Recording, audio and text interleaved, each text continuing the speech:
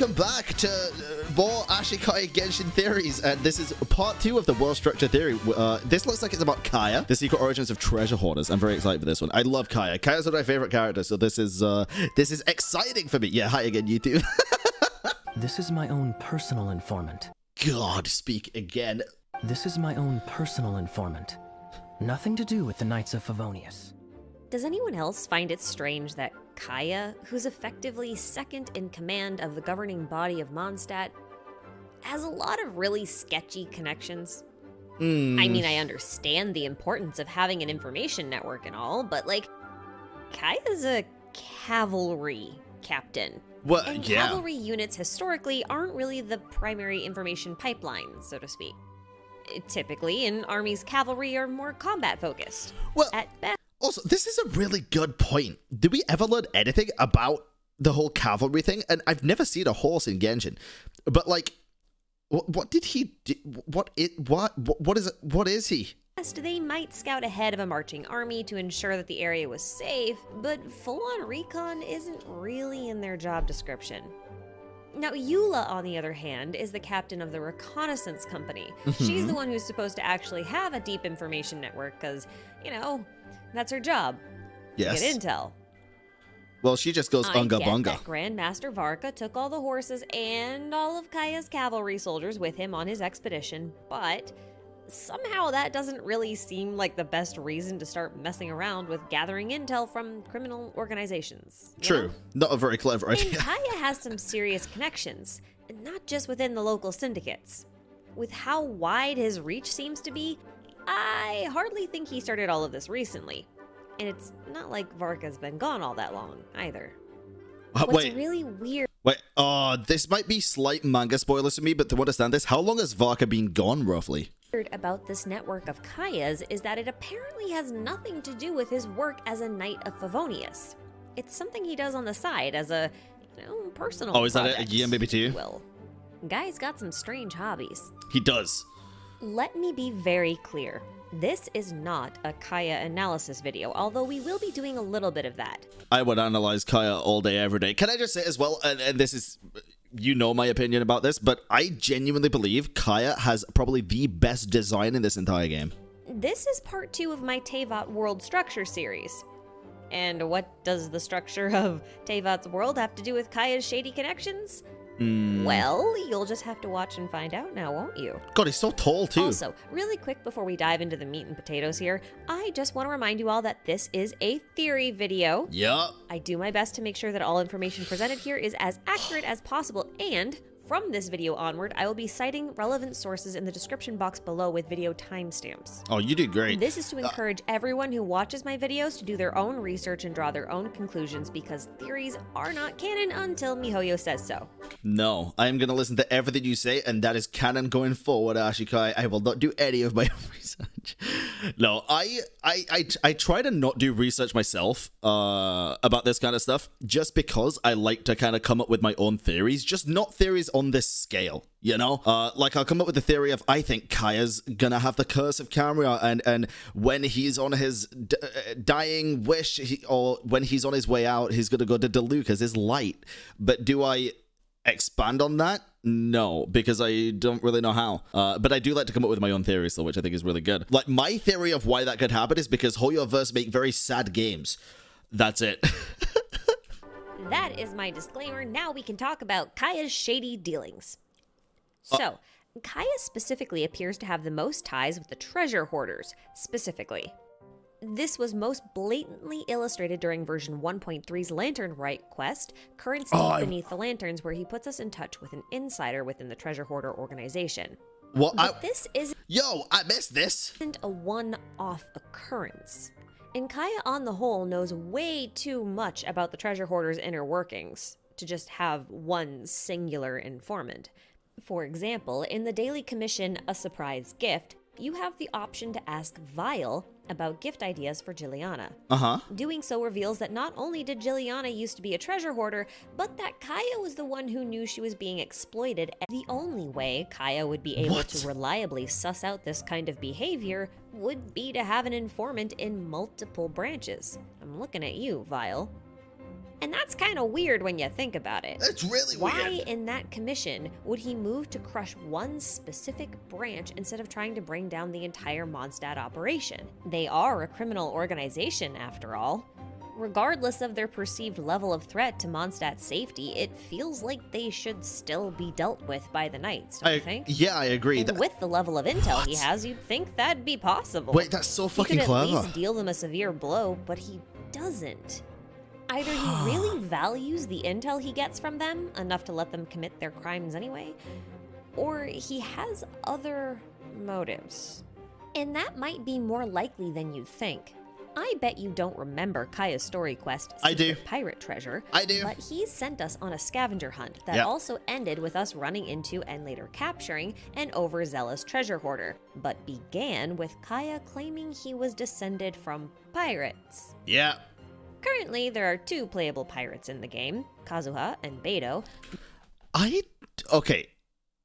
Is it weird that I never really class Kazuha as a pirate? I class him as more of a traveler? I know Beidou is, obviously, but is it said that Kazuha's a pirate as well? He joined the crew for a time. Yeah, I personally class him as more of a traveler who was like maybe a part of the crew, I guess. But yeah, that does make sense. Temporary crew member. Yeah. Interesting. Okay. Both of whom use treasure hoarder medals for talents and ascension alongside KAEYA. Yes, I know Yanfei, Bennett, and Xinyan do too, and that's not the point. The point is that, well, pirates, treasure hoarders, pirates like treasures, so treasure hoarders are like land pirates? How did we go from periodic tables to that? God, okay, she's great. Ashikai is great. I love the way that she tells theories. Okay, this is good. Okay, fine, I admit it. That connection is kind of a dead end. And KAEYA claiming to be descended from pirates and his weird connections to the treasure hoarders seem like completely separate things. Heck, the pirate thing might not even be true. It might be a total lie. I think it is a KAEYA's lie. a pretty weird dude, so maybe he just likes messing with the treasure hoarders in his free time, like it's his way to unwind or something. Jesus, there the really might not damage. be any meaningful connections there at all.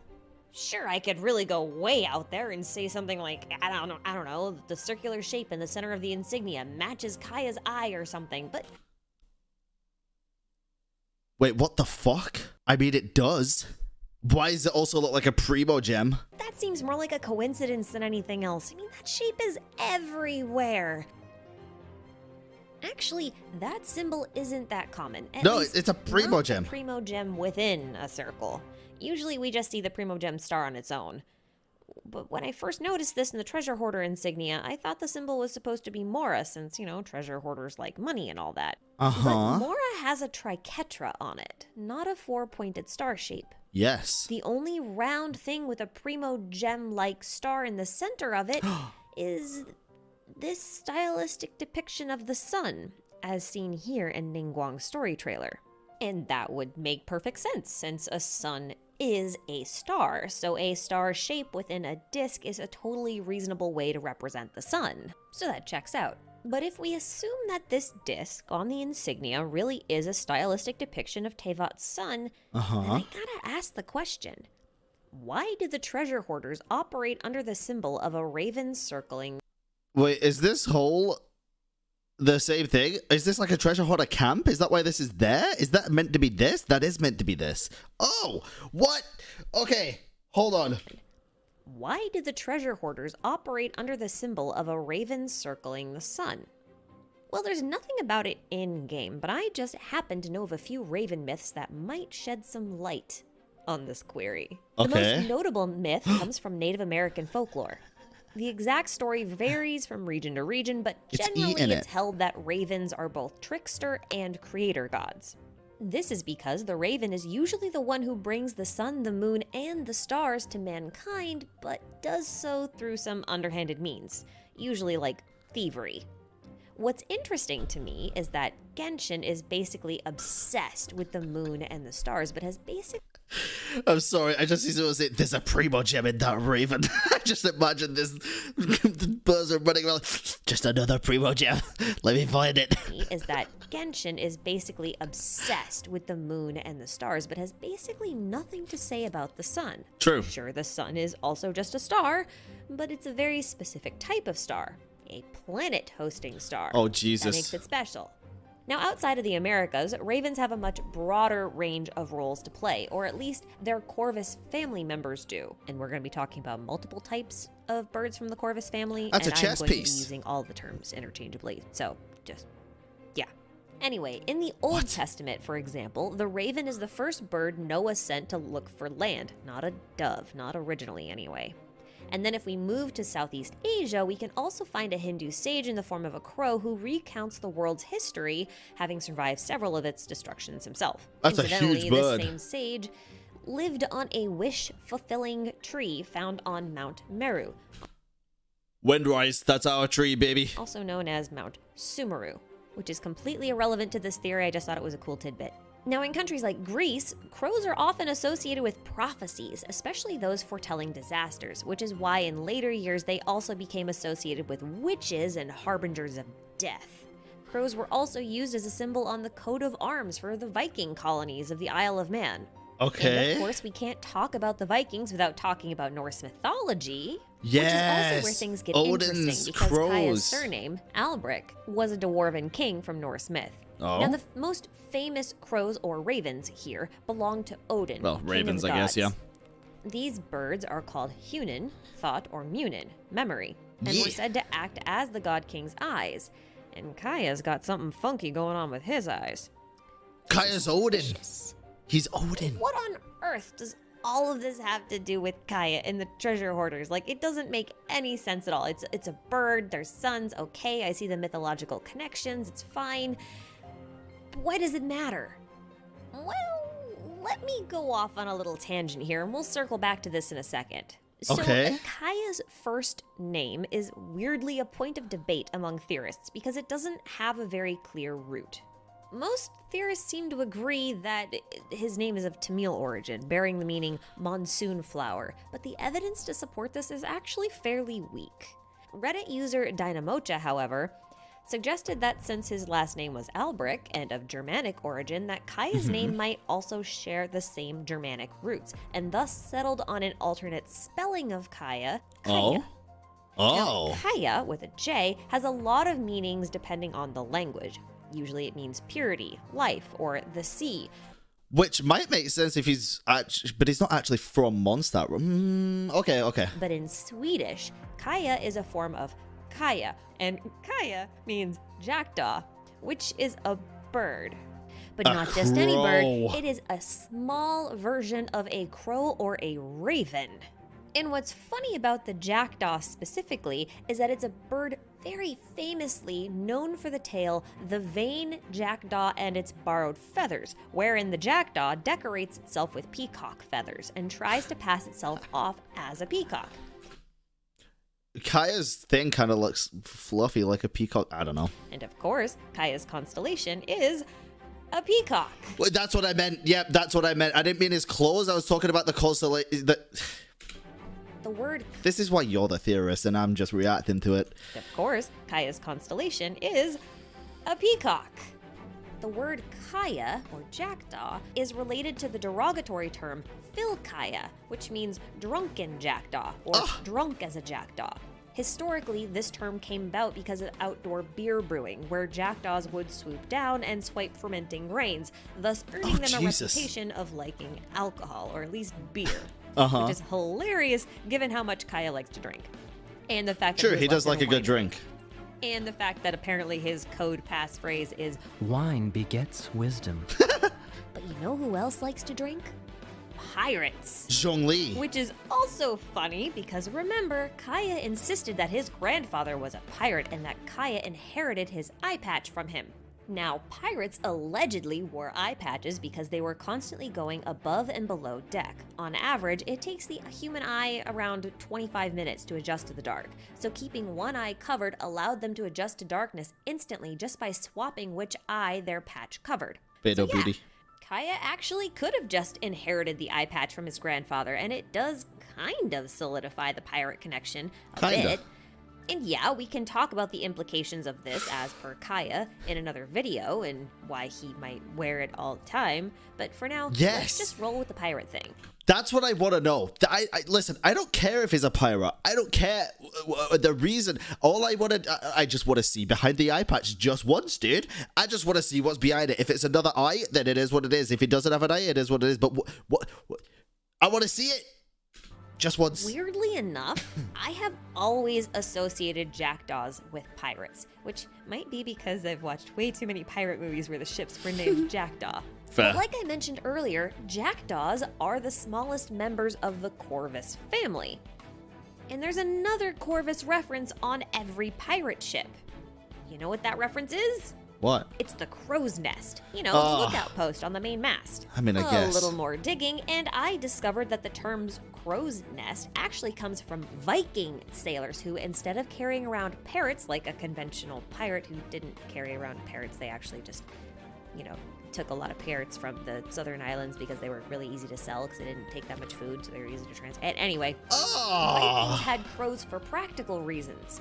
No. Just like with the story of Noah's Ark, where he released a raven to find shore, if visibility was poor out at sea, Vikings would release their crows and plot their course according to the crow's flight path. Pirates never had pointing parrots? out that this is based on a legend and may or may not be true in origin, but hey, we mostly talk about myth anyway, so it's a moot point. Now, I bet you that whenever I mention pirates, you all instinctively think treasure in your head, and that's totally valid. That's kind of what made pirates so famous and kind of popular to begin with, was the pirate treasure. I mean, what is the first thing that comes into your mind when you think of a pirate nowadays?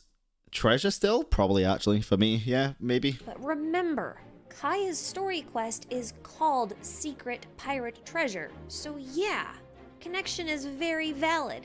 But you know who else likes treasure? Paimon. Well, yeah, of course, Sealy's like treasure, and yeah, Paimon does too, but I was actually thinking about... You could have just left that at Sealy's, since Paimon is a Sealy. Ha the treasure hoarders. Oh, true. Good point. Yep, forgot about that one. Treasure hoarders were already a weird bunch of misfits, but have you ever noticed that they're one of the only enemy types we never actually kill? When we beat them, they don't crumble into stardust like everyone else. Do they just not? Retreat and smoke bomb the heck out of there. Oh yeah, And they're you all have to Batman. admit, their lineup of roles is kind of odd for petty criminals.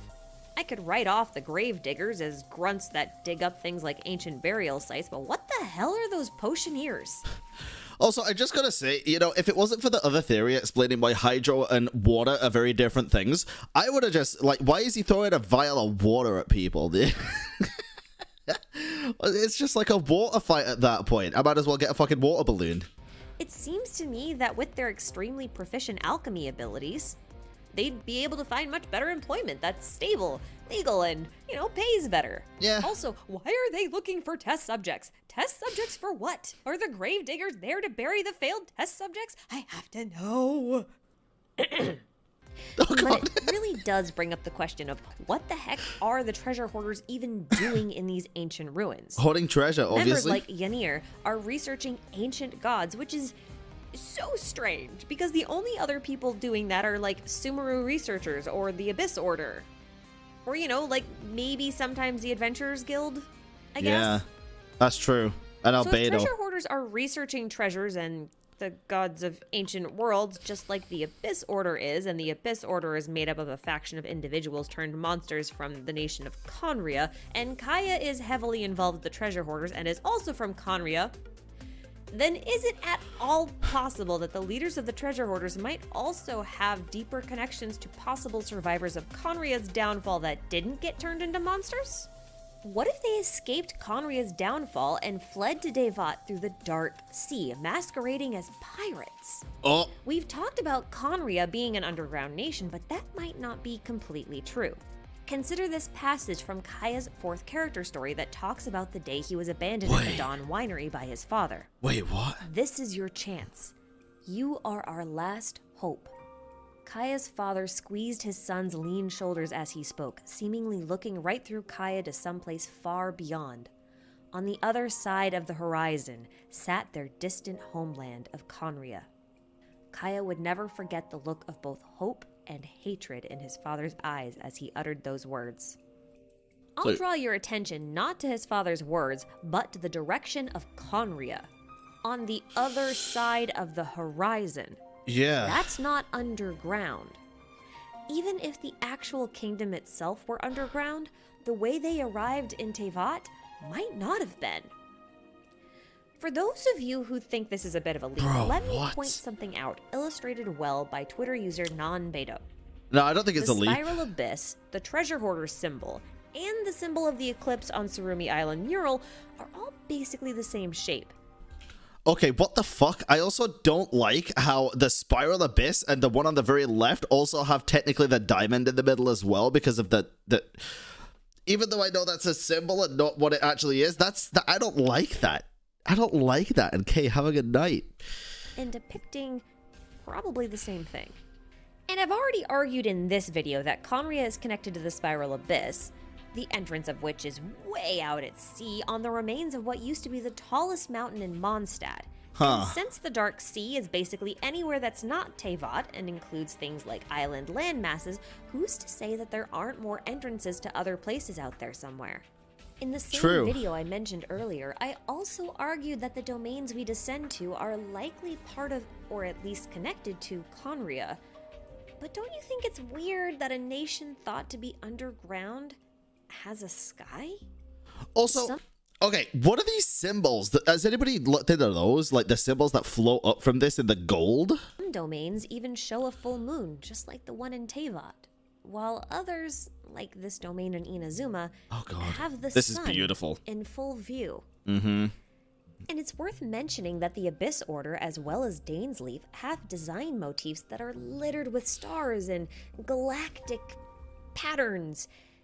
And sure, those could be more of an abyssal thing, but Albedo is also from Conria, mostly, and he still has all of these crazy star and solar... Wait, he literally just had the Conria, circle with the Primo Gem in the middle. Isn't that literally the same thing? The circle with the Primo Gem shape in the middle? Kinda? All of these crazy star and solar motifs, despite not having any actual ties to the Abyss. Treasure hoarders also have belt buckles with stars on them that match their insignia, and they have those weird potioneers that throw offensive alchemical creations at us to attack, and Conria was known for its incredibly advanced alchemy. In other words, it's actually unlikely that Conria is underground at all. It's far from Teyvat, to be sure, like way beyond the horizon and maybe beyond the Dark Sea, and... So I have a thing. So I never thought Conria was underground. Was that like a thing that I was supposed to be thinking all this time, that it was underground?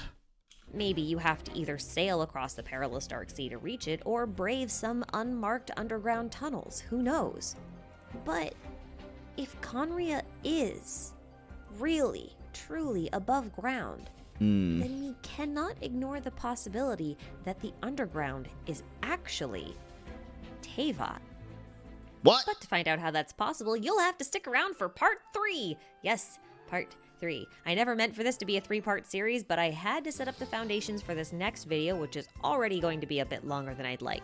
Part 3 of the world structure theory is already under development, maybe about 30% complete at the time of this video's release. Now in that video, we will actually be exploring some history of Teyvat, what we actually know for certain about Teyvat's physical structure, some mythological inspiration, a hypothesis on what the world actually looks like as a result of all those things that we know, and then we'll take a look into what implications all of that has on the plot itself. And trust me, it's a bit of a doozy. So buckle up, guys. I don't expect this will be a smooth ride. Thank you all so much for watching. I don't think it's going to be either, but I'm buckling up. Part 3. See you next time, Ashikai, and see you next time.